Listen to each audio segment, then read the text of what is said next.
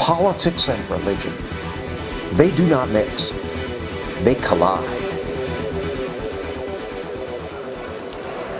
Well, as you can hear, we are just days away from the general election in Washington at St. John's Episcopal Church, also known as Church of the Presidents because of its relative proximity to the White House, to speak with Julia Manchester, political reporter with The Hill, to gain her insight on the role that religion and faith have played in the 2020 campaign.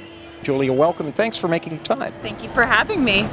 In the aftermath of the George Floyd killing, there were protests nationwide, including here in Washington. On the 31st of May, for example, St. John's Episcopal Church behind us had graffiti spray painted on it, and the basement was firebombed that housed a daycare center.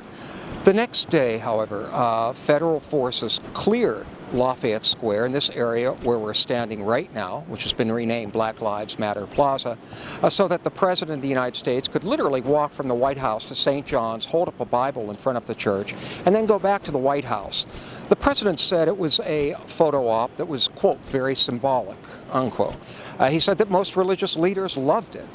So, from where you sit politically, could it be that the Trump-Pence campaign saw this as a political opportunity, a moment that they could seize in the midst of the protest to extend their faith-based messaging beyond the tried and true battle line of life begins at conception to now include law and order and, by extension, race? I think it was absolutely a defining moment of 2020. I mean, we know that President Trump has positioned himself kind of as a champion for evangelicals ever since 2016, despite the fact that he's not evangelical and he, in the past, hasn't been that religious. He doesn't attend church regularly, for example. So this was definitely a public relations move on his part. And I think you're absolutely right. He was trying to extend it to this issue of law and order enduring these protests. Now, I think President Trump thought that this would be an opportunity to show strength, but at the same time, he missed the opportunity to really make this a unifying moment. I mean,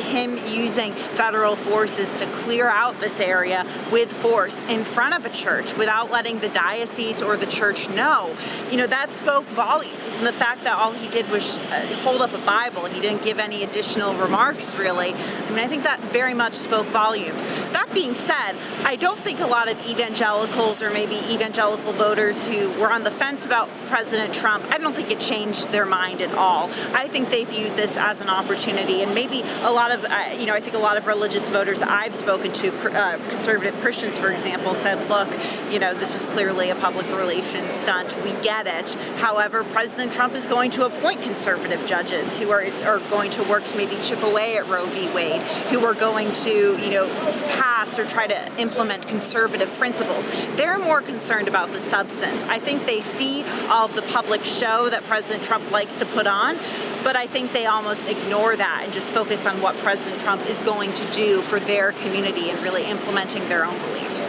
Julia, for the past 6 months, President Trump has hammered former Vice President Biden on matters of faith. For example, most notably on a tarmac in Cleveland in August, and said, if you elect Joe Biden, he'll take away your guns and hurt the Bible, hurt God. The Biden-Harris team released a series of ads talking about, in a very soft way, the centrality of faith in the candidate's life, and particularly his Catholicism, which saw him through difficult periods in his life. 2 weeks ago, the Lincoln Project released 2 attack ads on the MAGA Church of Donald Trump, focused on the pastors who are probably the most strident in their continued support of the president. And just last week, reportedly, a bipartisan group called Not Our Faith is going to run this week, all the way up to Election Day, November 3rd, a series of ads in battleground states, making a case why people should not vote for President Trump, right, on the basis of faith and religion. With all of this swirling around us, particularly 30 days out, does it tell you that faith and religion, at least in the 2020 campaign, is more prominent compared to past campaigns, and could in fact be a deal breaker right up to the moment that people walk into the voting booth or fill out their paper ballot before they mail it in? Absolutely seems like faith right now is a factor in the race. I don't think it's necessarily a factor in this race more than past elections. That being said, I think President Trump, ever since 2016, he has capitalized on the evangelical vote. He has very much tried to galvanize them, and he's gotten them to turn out for him. They are some of his most loyal supporters. So President Trump makes faith an issue, absolutely.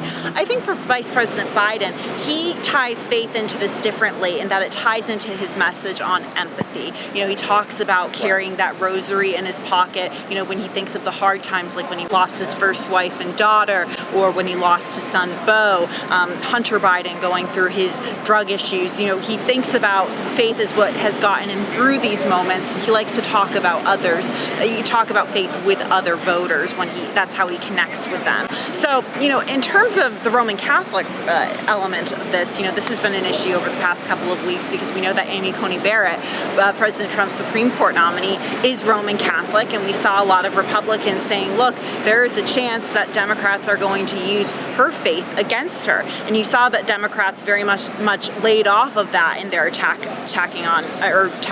Amy Coney Barrett, in questioning and such. They did not push her on her faith or even Roe v. Wade. They pushed her on health care in particular and protecting Obamacare. So they know that faith for them is a very sensitive subject. They know that Roman Catholics, on average, tend to vote more conservatively than they do democratically. And I think they also know that Joe Biden is making inroads with some of these Roman Catholic voters, in particular older Roman Catholic voters, maybe in communities in places like Florida where you see Joe Biden leading with seniors. So Democrats are walking a very fine line, but it makes sense that Vice President Biden would use this for getting his message about empathy across. President Trump, Vice President Pence also likes to invoke his faith, but for President Trump, this is much more political, and it makes sense because that white evangelical vote did help deliver him the White House in 2016. It did indeed, and while we're on the subject of the white evangelical vote, let's talk about QAnon for a bit. I mean, QAnon, according to some mainstream reporting, credible reporting,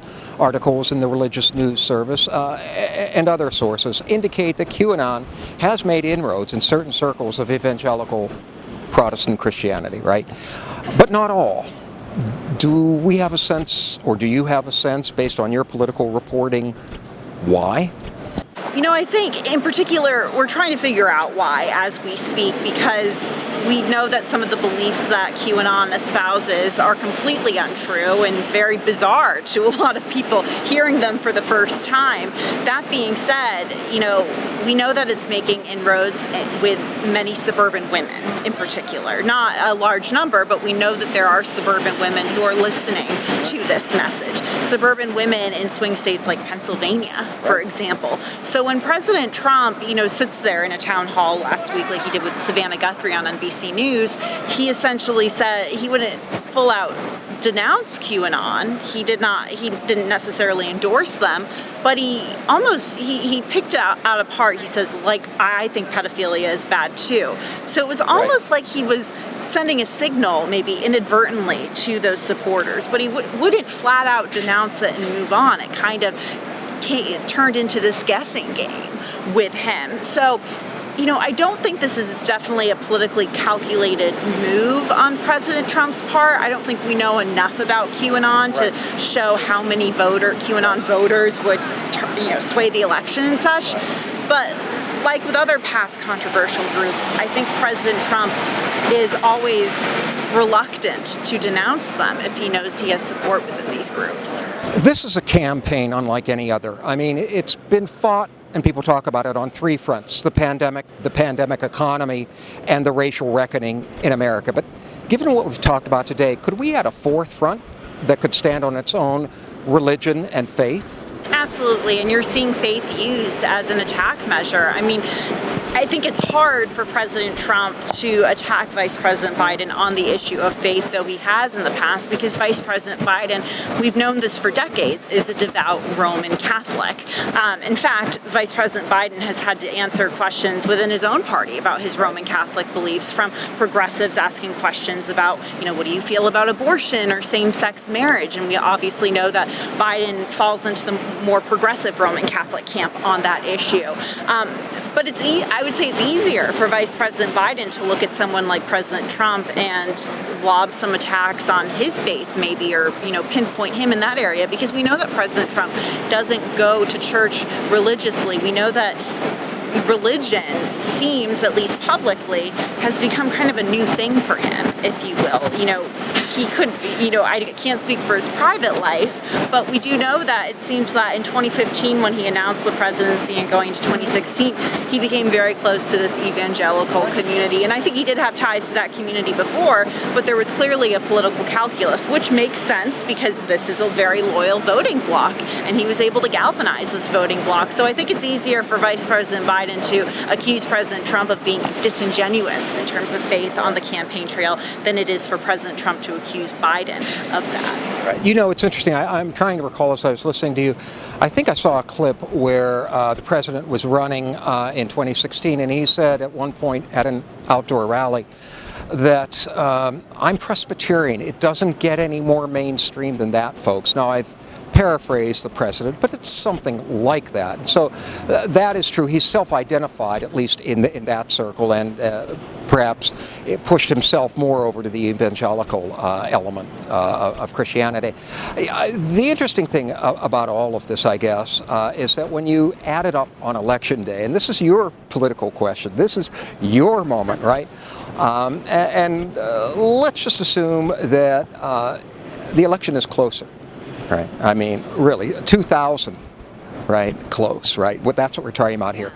And let's assume that Pennsylvania, with its 20 electoral votes and its large Catholic and evangelical voting blocks, right, decides the fate of the election, right?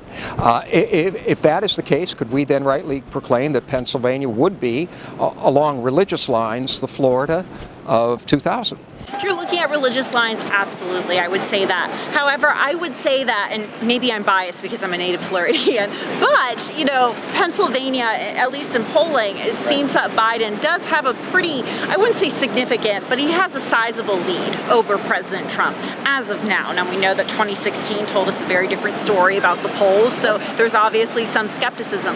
I would say that in a state like Florida, where you also have evangelicals and also Roman Catholic Hispanics and Latin Americans, it could be a similar situation there, where you have the Cuban American vote, for example, tending to be very conservative, but then you have the Puerto Rican American vote, for example, tending to be more liberal. You also have a lot of mega churches in Florida, a lot of evangelicals there as well, so that could play into all of this as well. And I think the polls in Florida, at least right now, are a bit closer than they are in Pennsylvania. But I think Pennsylvania, just like it was in 2016, will play a crucial role in that road to 270.